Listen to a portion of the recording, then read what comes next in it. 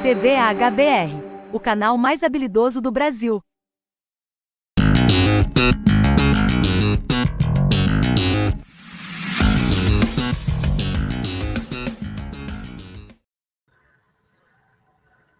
Olá, boa noite, bom dia, boa tarde, tudo bem? Mais um programa Diálogos, né? Hoje o tema é: quando teremos escolas públicas de paz e ensino de qualidade no nosso amado Brasil? Hoje estamos aqui com o professor Dr. Zacarias Gama.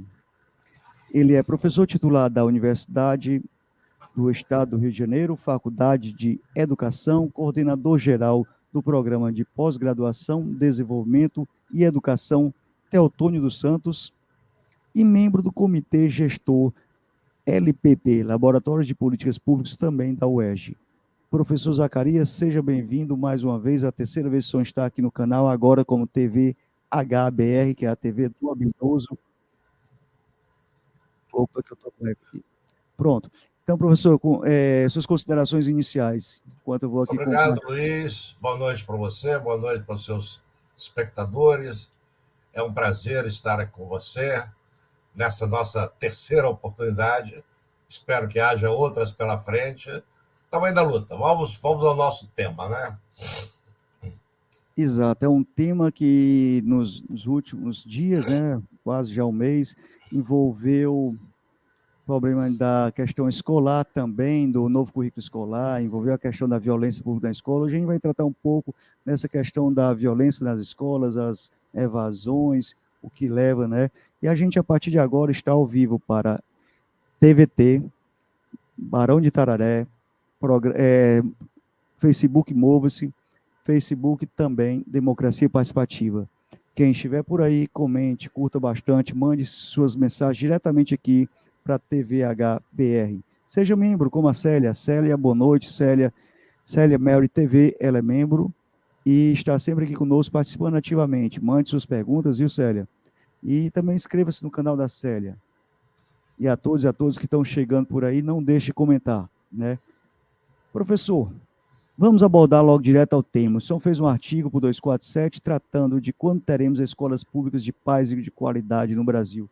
Qual a sua visão sobre esse tema, para mim depois dar um pitaco quando o senhor terminar? Ô Luiz, estou chegando agora da rua, estava reunido com um grupo de colegas, um grupo de intelectuais, em que ele está se propondo a sentar, estudar e encontrar alternativas para o Brasil, porque do jeito que está difícil, né? Parece que o nosso processo civilizatório faliu e nós temos que encontrar outras alternativas. Quem é pai sabe as dificuldades de mandar seu filho para a escola e não saber se ele volta, né? Nós estamos importando, especialmente dos Estados Unidos, um modelo de violência para nossas escolas. Tivemos já várias chacinas nos últimos 20 anos e que já levaram muitos alunos, pessoinhas queridas, né? Meninos, meninas, em tenra idade, com o futuro pela frente. Eu acho isso um absurdo, mas, como todo absurdo, tem jeito. É uma questão de vontade política de resolver essa questão e não como as autoridades têm pensado. Eu acho que as autoridades estão equivocadas, pensando que isso se resolve policialescamente, com câmeras de segurança, com policial armado na porta das escolas, detetores de metais. Aqui no Rio de Janeiro criaram o botão do pânico. Eu acho que essas medidas são medidas paliativas, são medidas que atendem muito mais à indústria de armas, à indústria de armamentos, do que às necessidades da escola. Essa, para mim, é a condição para ter uma escola de paz, é abrir o debate e, junto com a sociedade, nós encontrarmos solução. Escola de qualidade é um outro debate longo, que eu espero que a gente explore um pouco por aqui.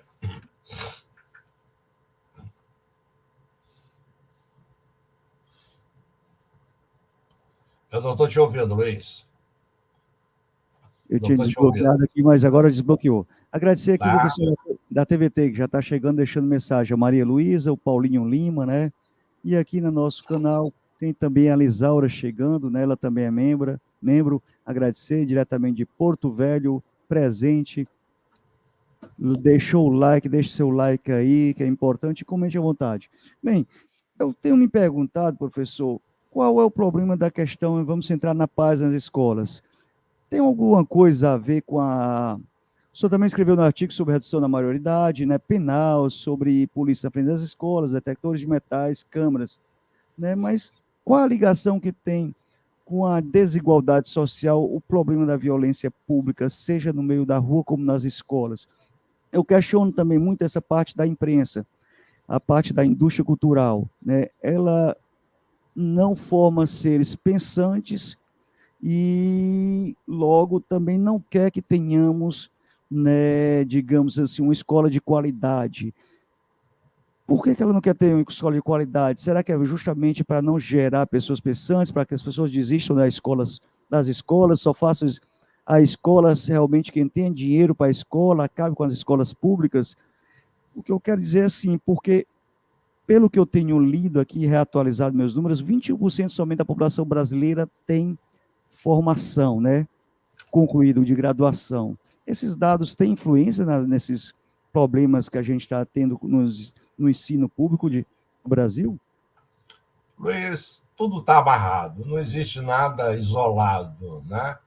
Nós estamos vivendo ciclos viciosos, uma grande interpenetração de causa, de forma que uma das dificuldades que a gente enfrenta hoje é exatamente focalizar um único problema com todas as suas variáveis. Mas eu acho que ele precisa entender uma coisa. Ainda hoje eu estava lendo sobre isso, percebendo, por exemplo, a respeito das nossas teorias econômicas. Gente, temos belas teorias econômicas desenvolvidas por inteligências muito brilhantes e fomos exitosos. O Brasil é uma das 10 maiores economias do mundo. Mas a questão que eu coloco é, se nós somos a 10ª economia do mundo, por que nós temos uma vida tão triste? Por exemplo, uma cidade como o Rio de Janeiro tem 500 favelas, né? A violência que existe na cidade.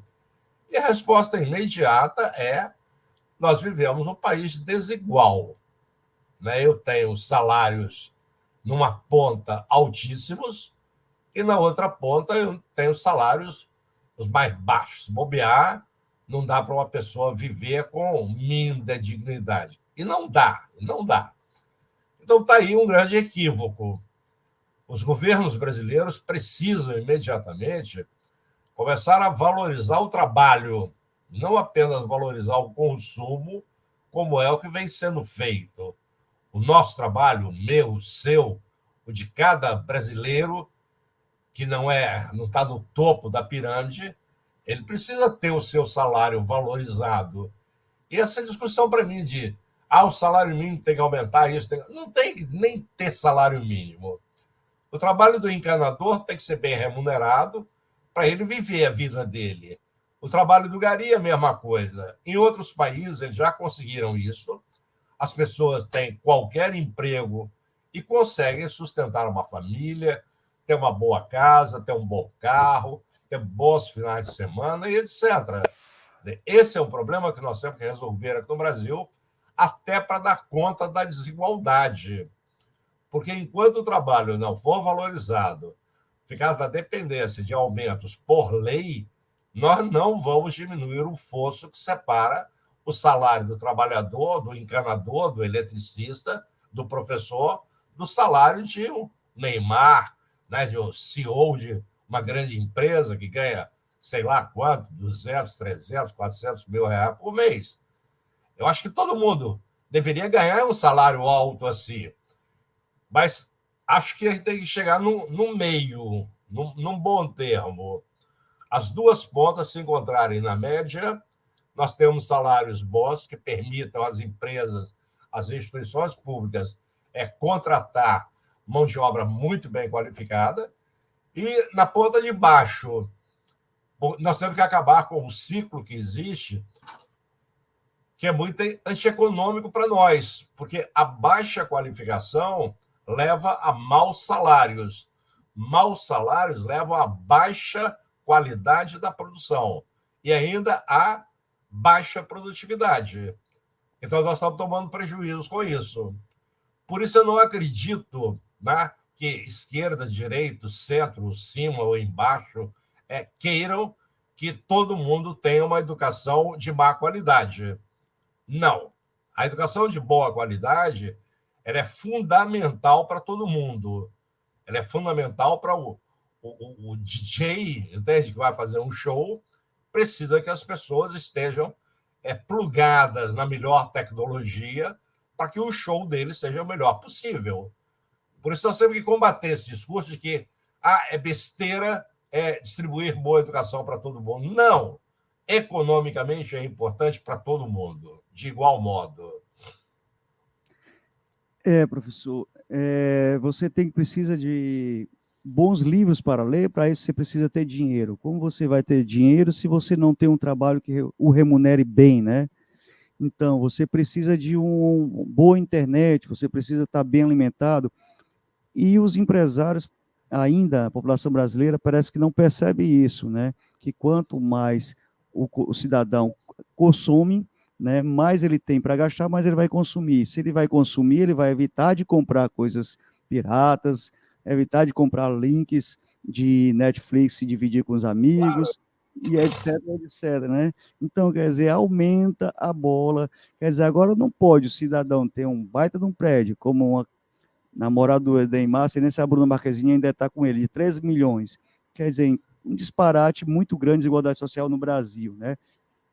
Eu queria agradecer aqui a presença do professor Leumann, né? O assunto é muito oportuno, a solução está na vivência e convivência na sala de aula. Agradecer a Célia Melry, que também deixou um super chique, mande seu super chique, doe à vontade. O Peri chegando por aqui também, a Lisaura dizendo, que na minha opinião, uma burrice ter uma sociedade desigual, pois só gera violência, todos os trabalhos devem ser valorizados. Pois a Elisaura, me permita, Luiz, a Elisaura tem Elisaura. grande razão. Quanto mais a sociedade for igual, teoricamente, menos violência a gente vai ter, né? Mais igualdade significa também mais liberdade. Porque se eu sou indivíduo violentado pelo mau salário, a minha liberdade está restrita ao que o meu salário pode me permitir. Então, eu não posso viajar, tentar ir do Ceará para o Rio de Janeiro para visitar meus parentes, porque eu não tenho dinheiro para condução. Olha, isso é cerceamento da liberdade de ir e vir das pessoas.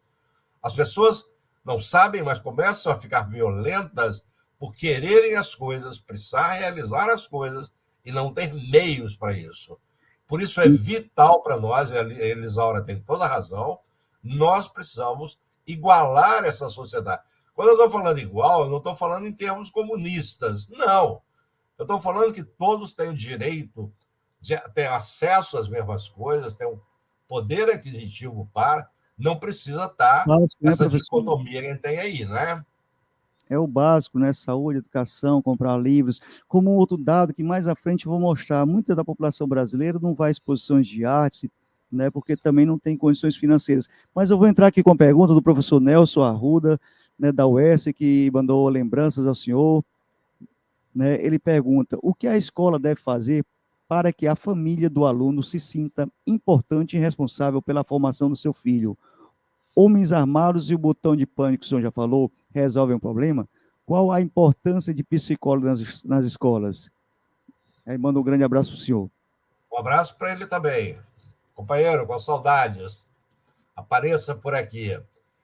Mas, Luiz, vamos colocar essa situação em outros termos. Primeiro, a escola brasileira está abandonada.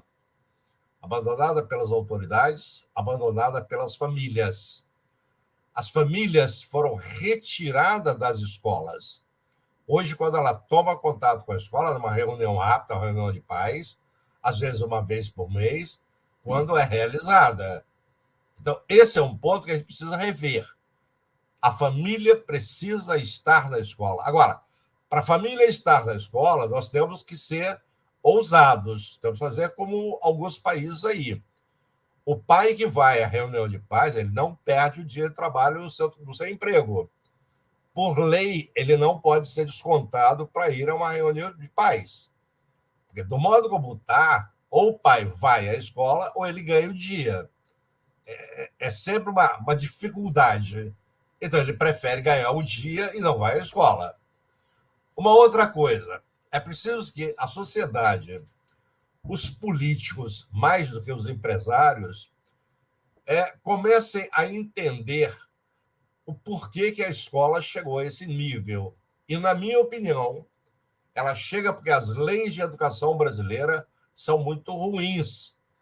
A educação brasileira quer que o seu aluno de escola básica, ao final dela, esteja com o seu desenvolvimento pleno. E aí a grande pergunta, o que é desenvolvimento pleno? Segunda questão, que ele chegue qualificado para o trabalho. Terceiro objetivo, que ele seja um cidadão. Ora, nenhum dos três objetivos eles são bem definidos, à exceção da qualificação para o trabalho. E qual qualificação para o trabalho? Toda a legislação brasileira só fala em qualificação para o trabalho de baixa remuneração. Não há nenhum artigo na LDB que privilegie o trabalho imaterial, por exemplo. O trabalho criativo, o trabalho do músico, o trabalho do artista, do teatrólogo, currículo Lattes, né, do professor? cantor. Né? O senhor está falando do currículo Lattes, né? Tem que ter muita leitura, trabalhos publicados, e aí como acessá-lo é bem complicado, né? Não, Luiz, eu não estou nem falando disso ainda, porque se eu falar disso, fica mais complicado. Eu estou dizendo que a sociedade brasileira não acordou ainda para a pobreza de oferecimento da escola pública brasileira, da escola de ensino básico, pública e particular. Elas oferecem pouco. Vou te dar exemplo. Eu fiz recentemente um ensino comparativo em que eu comparei Brasil com México, com Argentina, com Chile, com Bolívia, com Venezuela, com França, Portugal, Inglaterra, Estados Unidos, Finlândia, Noruega e Alemanha. A pior escola do mundo, em termos de oferecimento para o seu aluno, é a escola brasileira.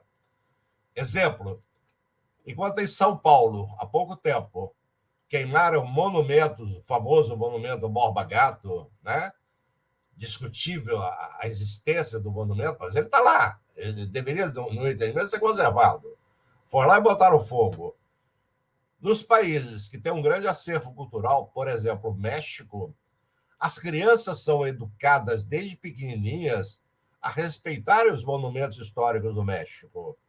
Europa inteira você não vê monumento pichado, porque nas leis de educação, na LDB deles, tem lá, a escola precisa preparar o aluno para valorizar a sua herança cultural.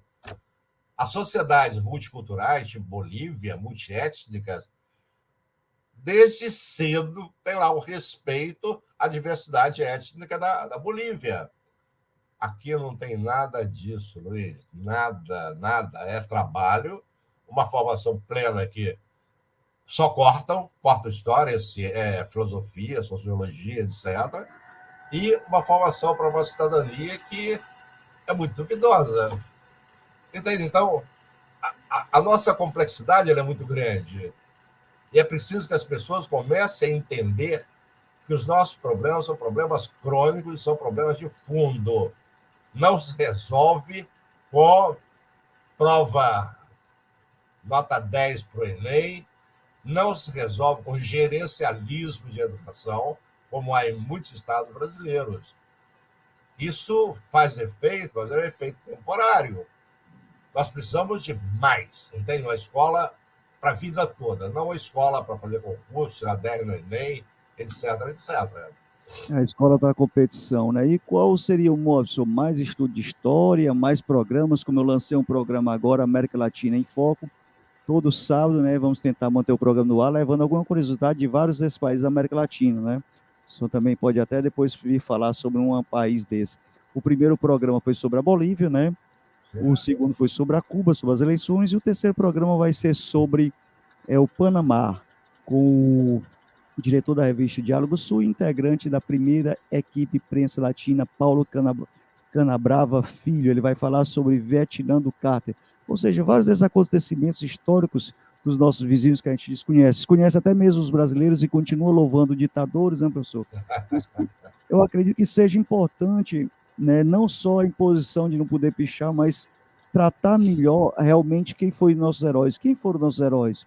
Foram os ditadores ou foram Tiradentes, entre outros, né?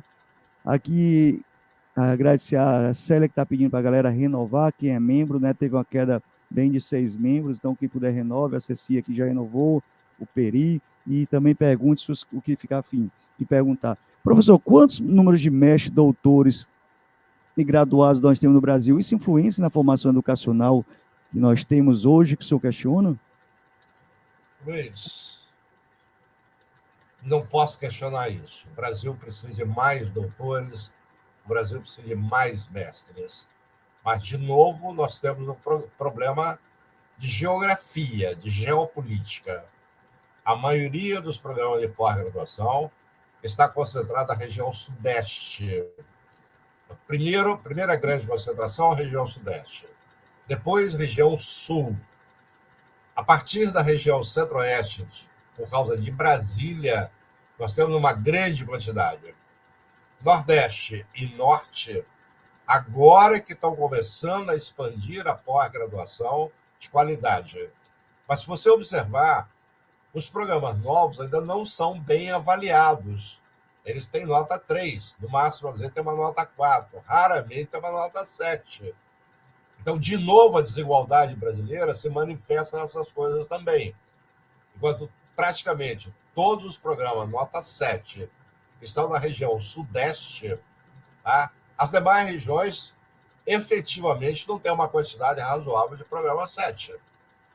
Agora, uma outra questão que é fundamental é a gente voltar os olhos para as faculdades de formação de professores. O Brasil tem em torno de 2.000 faculdades de formação de professores, universidades e faculdades, institutos. Mais ou menos meio a meio. Tá? Mais ou menos meio a meio. Metade da escola particular, metade da escola pública. Meu caro Luiz, enquanto, pegando só, por exemplo, para exemplificar para você, a formação em biologia ou em matemática, enquanto eu vou ver aqui a média apurada nessa formação numa UFRJ ou numa USP é da ordem de 6,6, por aí. À medida que eu desço desta ponta em direção ao zero, é cada vez maior o número de instituições de formação de professores. A maioria delas, públicas e particulares, e não vou chutar o número, vou ser muito realista.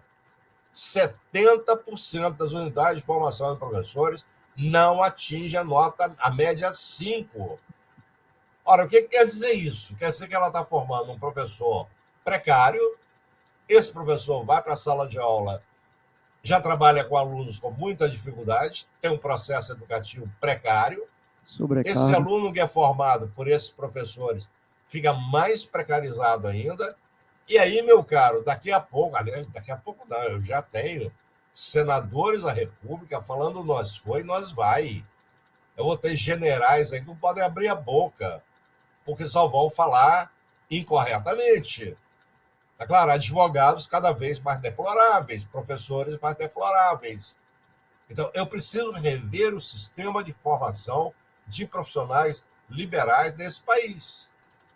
Fazer uma revisão geral. Eu fico me perguntando também, assim, querendo ligar a questão econômica, que eu estudei um pouquinho da indústria cultural, né, da formação das pessoas, né, de diferenciar as classes, né, que tudo eu vejo como luta de classes também, porque a gente vê que o acesso ao, por exemplo, como é que o professor vai conseguir se capacitar, que a gente volta aqui a falar, a ter bons livros durante a faculdade, se ele está ali muitas das vezes somente tentando, o professor ou qualquer outra profissão, né, das níveis mais baixos, tentando se manter na faculdade para comprar um livro, para xerocar, né, então, como é que ele pode se capacitar até depois que ele entra numa sala de aula, ganhando aquele pouco para pagar o ônibus, para pagar a luz, a energia e tudo? Não Como é que dá. pode chegar em casa com a sobrecarga de horário de trabalho? Como é que o Perfeito. trabalhador brasileiro pode chegar em casa, malhar, ter saúde psicológica, né, também? Isso também influencia nos nossos alunos. Como só vi um dia desses, uma personagem qualquer dizendo que para balançar a bundinha por aí vai, ganhava o que o professor, em uma hora ganhava o que o professor ganha no mês todo e muito mais, né? Então, quer dizer, que tipo de estímulos os alunos têm para permanecer na sala de aula, né? Se não há bons empregos, ou se formam, o que o senhor também falou no seu artigo, vão ganhar o quê? Um, dois, três, quatro salários mínimos, né?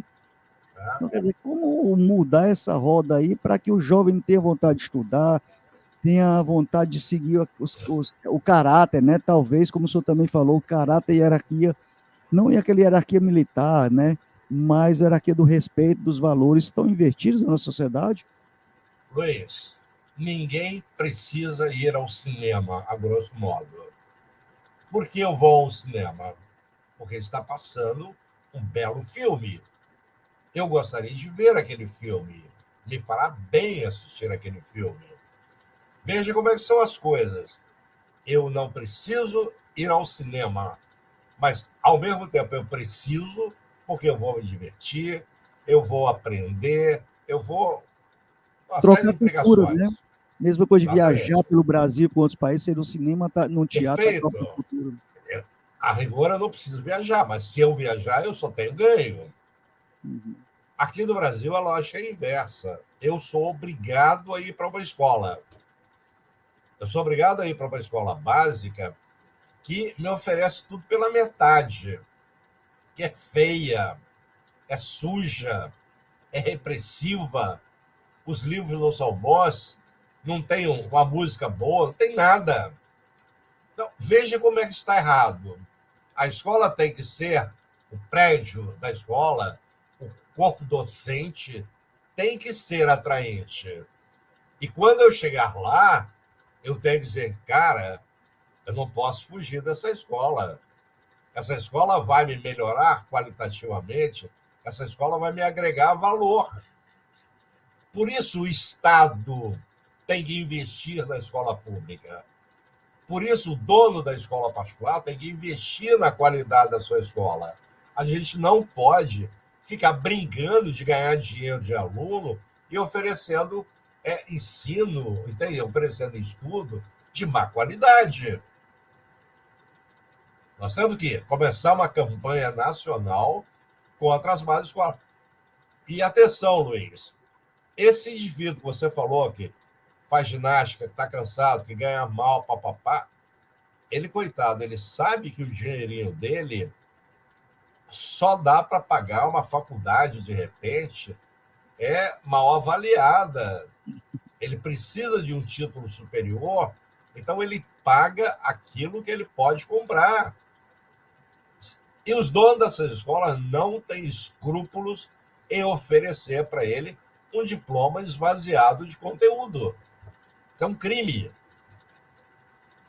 E nós estamos deixando isso acontecer. Quem está vencendo, né, na fabricação dos nossos jovens sem perspectiva, né, voltando para a nossa escola básica, os livros, quem que faz os livros dessas crianças? Quem os fazem, né? São as Olha, editoras famosas? não. Há uma máfia do livro didático. Quando o MEC coloca um edital, precisa de livro tal, é possível que as editoras tenham um grupo de escritores que nem o nome passa a ser conhecido. É famoso o caso de um livro de história, de uma editora que vende muito livro didático. Aquele nome tem um nome próprio para isso, é um conjunto de letras dos nomes dos vários autores. E A professora Bárbara Freytag, ela tem um Freitag. livro muito interessante em que ela mostra como é que a coisa é feita. Quando alguém ganha um edital para fazer um livro, ele já recebe antes. Essa pessoa que ganhou o edital, ela pode não ter editora, ela pode nunca ter editado um livro. Com o dinheiro na mão, ela procura a tipografia, procura a editora, procura os autores. Bem E aí, parecido quando eu escrevi meu livro, né? esse livro acaba sendo editado e vai para a sala de aula. O MEC, de vez em quando, se surpreende porque são mal escritos, porque são preconceituosos, exatamente por isso. Não são livros de autores, são livros de editoras que se profissionalizaram, aprenderam a ganhar dinheiro do MEC, entende? Com livro, conforme o mercado está pedindo, entende? Livros que não duram um ano, livros que são feios, são mal escritos, é tudo telegráfico, e vai para aí afora. Ô, professor, e quanto à hierarquia, né? A falta de respeito ao próximo, seja na escola, no trânsito, no trabalho, né, em casa, né? Contribui positivamente ou negativamente para a sociedade, né? Saudável, né? Olha, Luiz, eu preciso falar isso com muito cuidado, né? Senão as pessoas vão me rotular de conservador, de retrógrado, reacionário. Mas eu sou uma pessoa muito antenada nas coisas que nos cercam. E agora com essas televisões smart, sobretudo com o YouTube, eu tenho visto muito programa de alunos brasileiros no estrangeiro. Quais são as dificuldades que nossos alunos têm ao chegar na China, por exemplo? Uma língua completamente diferente, ele identifica uma vogal, né? É tudo diferente. O nosso aluno se dá bem, o aluno vai para a Noruega, outro inferno. O que acontece? Incrível. Nossos alunos não têm dificuldades com língua, não têm dificuldades com adaptação ao conteúdo, não têm dificuldade com conteúdo. A dificuldade nele, as dificuldades que eles encontram estão nas relações interpessoais. Eu não posso lá fora, na França, não posso chamar o professor de tu, né? Tem que ser votre, monsieur, eu não posso chamar de você. Na China, eu não posso falar sem antes ter levantado a mão e recebido permissão. Então, eu acho que aqui no Brasil, o nosso jeitinho de tratar, que assusta as pessoas. Tem um garoto aí no Facebook fazendo um sucesso grande, é o Cabanes, né? Ele é um francês, e ele diz, olha, o Brasil é diferente. As pessoas me encostam toda hora, as pessoas beijam meu rosto, as pessoas me chamam de você como se fosse amigo há 10 anos. Paul Cabanes é o nome dele. As pessoas fazem isso, fazem aquilo. Por quê? Porque as nossas relações sociais, elas estão destituídas de respeito. As crianças chamam os velhos de você, xingam os velhos sem problema nenhum, né? A sociedade não tem respeito para com os velhos. Enfim, perdemos alguma coisa importante no trato. Por um lado, eu acho muito bom, a gente não precisa de ter tanta mesura como se teve no século XIX. Agora, nem tanto, nem tão pouco. A gente perdeu a mão nisso aí de forma que a falta de respeito foi junto. Então, o aluno agora, ao invés de acatar uma ordem na escola, ele pega uma faca e mata o professor, mata o coleguinha, entende? E estamos chegando num ponto em que vale tudo. Perdi o sentido do respeito, do convívio respeitoso, e as coisas ficam decididas no tapa. É bem verdade, só para fechar o raciocínio, que esse último governo, desses seus 4 anos, ele contribuiu largamente para intensificar esse desrespeito. Tá? Essa política de ódio, ela está no centro atualmente dessa questão. mas ela não é exclusiva. É isso que eu ia perguntar, que se deve, assim, porque de primeiro eu jogava videogame lá nos anos 90, né? Nas férias dos primos que não tinha aqui em casa, eu ia ali, alugava. Aí eu gostava de jogar esporte, mas a galera já gostava de jogar aqueles jogos, cada um mais violento que os outros, né? Uhum. Então, quer dizer, essa influência dos jogos violentos foi comprovada que influencia na formação dos jovens, a influência da televisão, os programas barra pesada, já que o senhor também trata no artigo que os pais não têm mais tempo de educar as crianças, né? Que os pais jogam as crianças na sala de aula, nas creches, para aqueles que podem, ou aqueles que encontram creche, né? Também tem a desigualdade social novamente entrando aqui, e quando não tem, ou com as avós, né? Então, quer dizer, outro problema também que ocasionou todo esse erro na formação das nossos jovens e adultos, devido Luiz, a olha, eu sempre vou se com muita cautela nisso aí. O presidente Lula responsabilizou os gays pela violência. O influenciador em televisão, Felipe Neto, só faltou pular na garganta dele, dizendo que não. De fato, parece não haver uma relação direta entre games e violência. Nós temos que encontrar isso aí num outro espaço, entende? Agora, no espaço escolar, a escola está muito desestruturada, ela está favorecendo o confronto físico. Eu não tenho, por exemplo, como a gente tinha há um tempo atrás, a figura do inspetor de aluno que cuidava dos pátios, dos corredores, entende? Dos tempos vagos. Não, agora o aluno está frente a frente com o seu professor, como se o professor tivesse treino para esse enfrentamento. O professor não tem treino para isso, não tem tempo, não tem treino sequer para atender ao aluno psicologicamente. Imagina em termos físicos. Luiz, minha proposta. Aqui no Rio é bem difícil, mas vamos chamar aí no Ceará a sociedade para discutir que escola a gente quer. Como é que a gente vai organizar essa escola? Quantos professores por sala de aula? Quantos inspetores de aluno? Entende? Quantas merendeiras? Quantos serventes? Vamos perguntar isso tudo, ver se a sociedade banca e vamos fazer uma escola ideal. Não é muito difícil. A solução da escola está dentro da própria escola, com a sua comunidade. As famílias precisam voltar. Para fechar o raciocínio, você está falando da leitura. Não tem dinheiro para comprar livro, mas, gente, estudar o curso de nós inglês. precisamos entender, Luiz, que na sociedade a escola é uma agência educadora. Uma. Tem várias. Exemplo, a igreja é uma agência educadora. Quartel é uma agência educadora. Jornais, TV. partidos, sindicatos, né? Mídia em geral. Vamos fazer uma perguntinha legal? Essas agências educadoras estão educando? Pois é.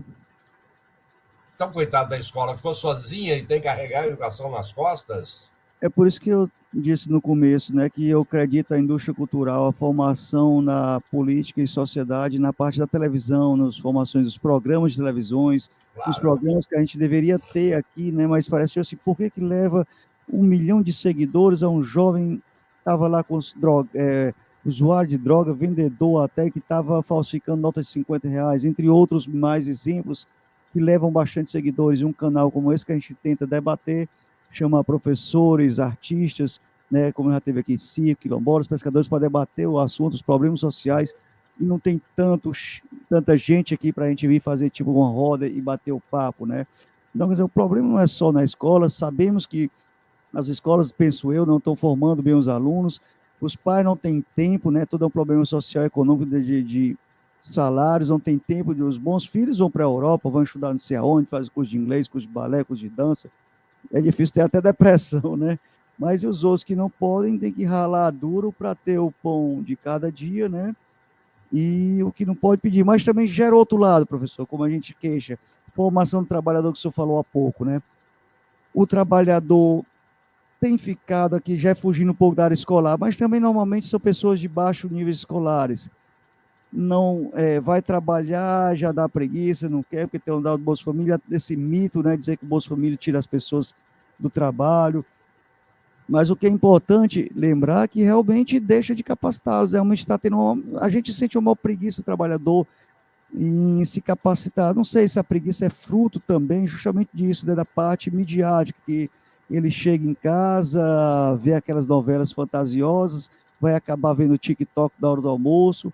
Eu não vejo mais, como eu cheguei até a ver no começo dos anos 80, a gente querendo ler jornal, querendo ler revista, querendo ler alguns livros que pegava por aí, mas você está no trabalho como eu estou hoje, ou outros mais por aí, você percebe as pessoas ligam o som, a outra liga o som do outro lado, aí na hora do intervalo fica ouvindo TikTok, não há mais um debate dos anos 85, 90 ali, que tinha Grêmios na escola, quer dizer que a gente debatia os nossos problemas, quer dizer, a população está acontecendo o quê, professor? Luiz, eu não sei, eu não tenho todas as respostas, né? Mas eu tenho muita curiosidade sobre o que acontece. Agora mesmo, vindo para casa, passo numa praça, mais precisamente do Largo Machado, que é uma praça famosa aqui no Rio de Janeiro, e as pessoas estavam lá lendo um livro de José de Alencar, Legal. meu conterrâneo. Era um debate sobre o livro. De longe, me pareceu que eles estavam lendo Capitu. Ora, isso é fantástico. Eu não posso fazer essa generalização que você está fazendo. Eu sempre, em todo o tempo histórico, nós tivemos pessoas que não gostam de trabalhar. Eu não gosto de trabalhar, cara. Eu trabalho porque eu sou obrigado, mas eu não gosto. Tem pessoas que conseguem viver sem trabalhar, mendigando pelas ruas. O nosso trabalhador, é verdade, ele não vai à livraria. Todos não vão à livraria. Mas o que eu encontro de trabalhadores de livraria, levando seus filhos, comprando livrinho de história para os filhos, é grande a quantidade. Com os telefones celulares agora, as pessoas estão lendo mais. As pessoas estão vendo mais coisas boas. Vendo filme, vendo jogos, vendo futebol. Agora é tudo pelo celular. Então, eu acho que a sociologia é que está nos devendo uma caracterização desse novo homem cibernético não, informatizado nesse século XXI. Quem é este homem? Eu tenho percebido, pelo menos aqui em Fortaleza, né, um certo desânimo, né, também a gente passou 4 anos sofrido, né, desânimo das pessoas, né, que aqueles que têm também, como eu falei, essa aparelhagem, chega em casa, vai ver séries para distrair, vai ver alguns videozinhos, né, e não tem esse tanto interesse, pelo menos no ciclo que eu estou andando no momento, né, claro que a gente tem que andar em outros ciclos, Mas outras tem sim, te garanto que tem, para ver, né? Mas o que nos últimos anos a gente percebeu, quer dizer, o aumento da violência nas escolas, né? O aumento da violência no Brasil como um todo, a morte de homossexuais, a morte de indígenas, quilombolas e pescadores, né? Um aumento da violência geral no Brasil, né? E um descrédito das pessoas no dia de amanhã, né? Com esse Brasil que a gente viveu nos Mas, últimos Luiz, anos. você tá muito pessimista. Eu estou brabo e você está pessimista. Olha para a tua região, cara. Vocês estão fazendo bonito nas eleições, vocês estão fazendo bonito na educação. Luiz, não é pouco que 70% das notas 1000 estejam vindo do Nordeste. Professor, mas somos Essa coisas... garota, espera só para concluir o raciocínio. Eu tenho muita crítica à educação que está sendo feita no Nordeste, mas eu não posso negar que ela está produzindo nota 1000 no Enem.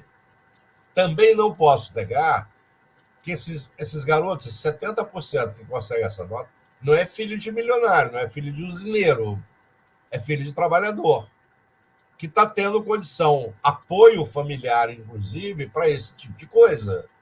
Então, acho que a gente tem muito nicho, entende? De gente que não quer nada, que nem estuda, nem trabalha. Tem gente que está no crack o dia inteiro. Tem gente que está trabalhando. Tem gente que está fazendo curso pelo telefone, online, e vai por aí afora. Mas é porque os dados que eu vi da OCDE, somente 21% da população consegue terminar sua graduação. Ou seja, os outros 69% estão onde? Né? Mas ela não explica por que eles interrompem. Eles podem ter interrompido para um trabalho melhor. Eles podem Eles, ter eles, interrompido para uma série de coisas. eles foram Não para significa que eles uberização, pararam de viver. eles tiveram acesso. Quantos têm acesso dos nossos jovens têm acesso à universidade, né? É isso que eu estou dizendo. Quantos estão fora dela, quantos estão fora da escola pública, né? Sim, Isso que isso é deixa mais verdade. assustadora, né? Mas, olha, o regime de cotas corrigiu bem essa distorção. Bem, eu tenho muitos alunos que foram cotistas, já chegaram ao doutorado e estão fazendo bonito. É pouco, mas já é uma porta aberta para a gente fazer mais. Beleza, eu vou aqui para a última pergunta, mas antes quero dar aqui a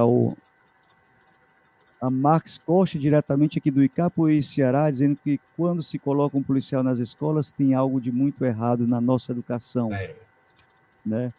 Também aqui a Elisaura, a Célia participando ativamente, o Peri do chat, e todos e outros que estão por aí também nas páginas compartilhadas, né? Sigam a TVH, curta, comente, compartilhe. E sábado, 4 horas da tarde, a gente vai ter a live Panamá, Vietnã do Carter, contar um pouco da história de Omar Torrijas, juntamente com o Paulo Canabarra Filho, que participou da primeira prensa, né, latina fundada por Fidel Castro. Professor, vamos chegando aos minutos finais. Queria perguntar se eu deixei. Tem muitas coisas aqui que eu gostaria de perguntar, mas o tempo já vai chegando muito longo. Né? Tem esses problemas que a gente tratou também da valorização dos professores, o avanço e retrocesso, né? E o senhor também falou que tivemos muito avanço, mas também estamos tendo muitos retrocessos, né? Porque antes tinha muitos professores autoritários, agora estamos tendo os alunos autoritários, né? Será que estamos tendo um atraso na nossa educação? E os dados que eu tinha falado que ia falar é sobre da Fé Comércio, que saiu no Rio de Janeiro, dizendo que 92,5% não costumam ir à exposição de artes, 91,2% não vão a espetáculos de dança, 88,6% não frequentam teatro, 80,6% não vão a shows, 73,7% não vão ao cinema, 70,1% não leem livro. Eu fico me perguntando, por quê? Porque não tem dinheiro? Porque não tem acesso ao marketing que leva essa informação para aquele gosto, ou ele acaba repetindo e tendo uma coisa, como eu digo, como acaba compra e batom, com batom, as propagandas tão repetitivas, por isso que eu digo que é o do grande erro do Google tem que ser combatido, é isso, quem tem mais dinheiro continuar ganhando mais essas plataformas, porque envolve de impulsionamento ou então de programas bem banais. Mas eu quero agradecer, professor, mais uma vez estando aqui, e a sua palavra final, depois as considerações finais. olha, Luiz, mas sem entrar muito, sem alongar muito, eu quero te dizer que eu moro numa cidade cultural, né? Talvez uma das cidades com maior desenvolvimento cultural no Brasil, acho que ainda é. A São Paulo também é grande desenvolvimento. Mas uma cidade que tem o Rock em Rio, as pessoas disputam a tapa, o ingresso caro, é privado, mas no verão carioca, a quantidade de shows gratuitos que eu tenho nas praias, nas praças, estão todos cheios.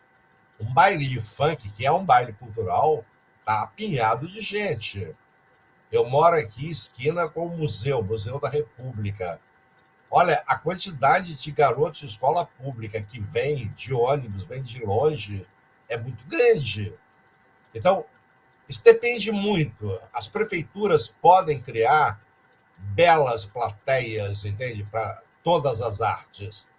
O Teatro Municipal do Rio de Janeiro agora está oferecendo toda quinta-feira um concerto com a Orquestra Sinfônica Nacional a R$ 2 o ingresso para qualquer parte do teatro. Quer dizer, prefeituras, estados e governo federal podem se juntar para financiar isso aí. E Poderiam divulgar, até né? fazer mais, como o prefeito de Maricá está fazendo. A população diariamente não paga transporte público, é gratuito para a população. Quer dizer, essas coisas somadas para o bem-estar do povo seria uma maravilha. Seria uma maravilha. O fato, Luiz, é que nós temos que ser mais exigentes. A gente tem que fazer uma crítica pesada, exigir das autoridades, exigir dos nossos políticos que comecem a pensar o Brasil para nós. Esses nossos políticos que só pensam nas suas próprias carreiras, que olham muito pouco para o povo, nós temos que dar um pé na bunda desses políticos. Nós temos que começar a eleger novos políticos, políticos que pensem o povo, políticos que queiram a nossa felicidade, políticos que queiram o nosso bem-estar, porque sem eles no Congresso vai ficar muito difícil. Esse Brasil tem jeito, eu sou muito brasileiro, eu acredito muito aqui, adoro esse país. Agora, nós estamos agindo errado. Nós não cobramos os políticos, não agimos politicamente, não nos organizamos na rua, no bairro, para exigir as coisas.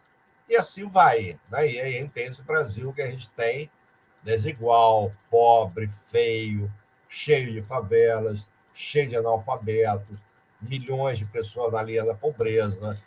Esse Brasil eu não aguento. Eu gostaria que a gente terminasse essa década consertando esse Brasil. Professor, como o senhor falou, a diferença entre o Sul e o Sudeste é bastante... Sul, Sudeste e Nordeste é bastante grande, né?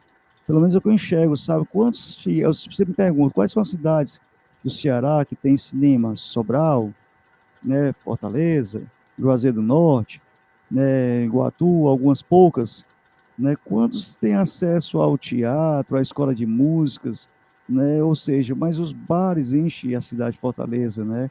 Você tem um programa cultural, como eu fui, lançamento do livro do colega, sobre um pouco da história de vida dele e arte, que teve, né, as duas partes, né, tinha o quê? 50 pessoas, era patrocinado pelo BNB, o BNB divulga nos grandes meios de comunicação, aquele show pequeno, só divulga o grande patrocínio, né? Então, esses tipos de patrocínios, eu acho que estão bem faltando equalização, sabe? Estão bem desproporcionalizados, né?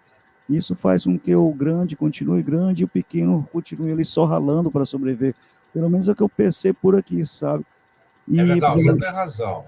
tem um dado que mostra que os empregos eram bem maiores no Sul e do Sudeste durante vários tempos da vida. Por isso que todo mundo ia para o Sudeste trabalhar.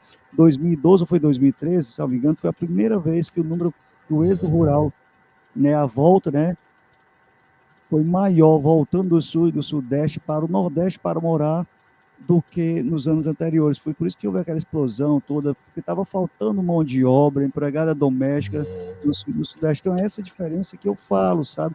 E eu fico perguntando, quantos de nós temos acesso a isso? Quantos de nós estamos tendo até acesso à educação? Quantos de nossos filhos podem estar na escola boa de qualidade, como o senhor vem aqui tratando e mostrando Luiz, alguns dados? Nós temos que atualizar as nossas perguntas para a gente não ficar tão angustiado.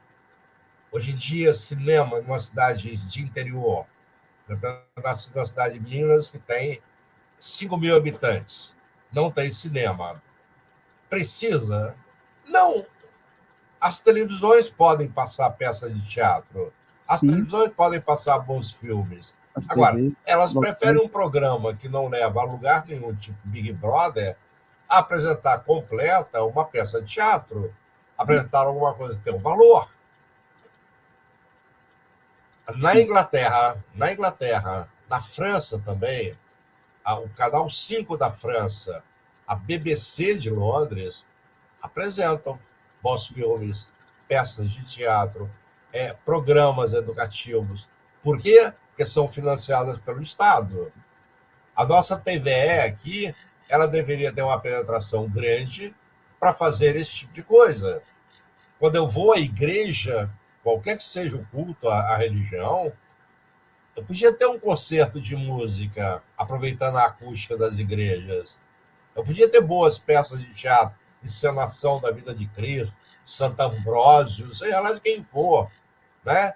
Quando eu pegar um jornal, que eu leia boas crônicas, boas poesias, que eu leia boas coisas. Hoje o que tem? Fulaninho apareceu de biquíni na praia, fulaninho beijou, fulaninho se separou, mataram não sei quantos. As notícias o quartel não ensina mais nada, não dá nem mais comida. Talvez ensine ainda a pintar meio fio. Né? As televisões estão ruins, os partidos estão ruins, os sindicatos estão ruins, os quartéis estão ruins, a mídia está ruim, as escolas estão ruins, os hospitais não mais ensinam nada. E aí, companheiro, as nossas agências educativas é que estão falhando, não é só a escola. Exatamente. E com isso eu encerro, lhe deixando um grande abraço para você. Zé, estou com saudade, venha ao Rio para a gente tomar um chopinho por aqui. Um abraço para todos os seus espectadores, todo mundo que participou aí, um abração, beijão carioca, né? E até o próximo encontro, se possível. Professor, muito obrigado, também agradeço ao senhor e a todos que assistiram, né? E aqui fica a TV HBR, né, continuando no ar, fazendo esses bons programas, bons bate-papo, e eu pretendo também, professor, só para concluir aqui, montar ainda o meu aplicativo de músicas. Aqui nas rádios, né, outro problema que nós temos, as rádios não tocam músicas cearenses, tocam muitas músicas internacionais, de cada 10, digamos, da mais essa atrativa. As que tocam, digamos, aquelas mais, aqueles forrós eletrônicos e tal, e se o cara pagar. Então, minha proposta aqui para o canal é melhorar a rentabilidade para pagar um aplicativo para botar uns 40, 50 músicas de cantores e intérpretes cearenses. Perfeito. Depois o nosso velho samba, nossas músicas Nelson Gonçalves, entre outras, para Luiz Gonzaga, o nosso forró nordestino, para relembrar a nossa música. Está lançado essa minha proposta aí. Eu e o Rio de Janeiro é mais difícil. Estou tentando levantar os dividendos para terminar de pagar o estúdio, ainda para inaugurá-lo, mas venha ao Fortaleza e estamos à disposição. Então, é você... Me deixa fazer um comercial antes de me despedir Claro, mesmo. claro, deve sim, desculpa. Pedir aos seus espectadores que leiam meu blog, Coisas da Educação. Eu tenho diversos artigos no Brasil 247, no Justificando, no DCM, Diário do Centro do Mundo. Eu tenho umas aulas no YouTube, tenho uns programas no YouTube. Estou no Instagram, porque agora, Luiz, eu estou fotografando. Eu estou gostando de fazer fotografias. Eu vi que você andou por lá vendo algumas fotos minhas, né? Sim, que bom, sim. que bom. Lindas. Bem-vindo, faça isso sempre. E estou no Facebook também. Então, eu estou integrado nas redes sociais. Coisa de Educação, chama o nome do blog? Coisa da Educação. E no Instagram? Não, no blog mesmo. Certo. Então, matérias 247, professor Zacarias Gama, né? Isso. E eu vou escrever aqui para próximas lives, já deixar aqui para a galera seguir lá. Beleza. Tá, obrigado, Luiz. Então, obrigado ao senhor, e a gente volta amanhã às 9 horas da noite com a live setorial de saúde, né? Parceria com o PT, e no sábado a gente volta com a live sobre o Panamá, sobre Omar Torrijos. Valeu, tchau, tchau, obrigado.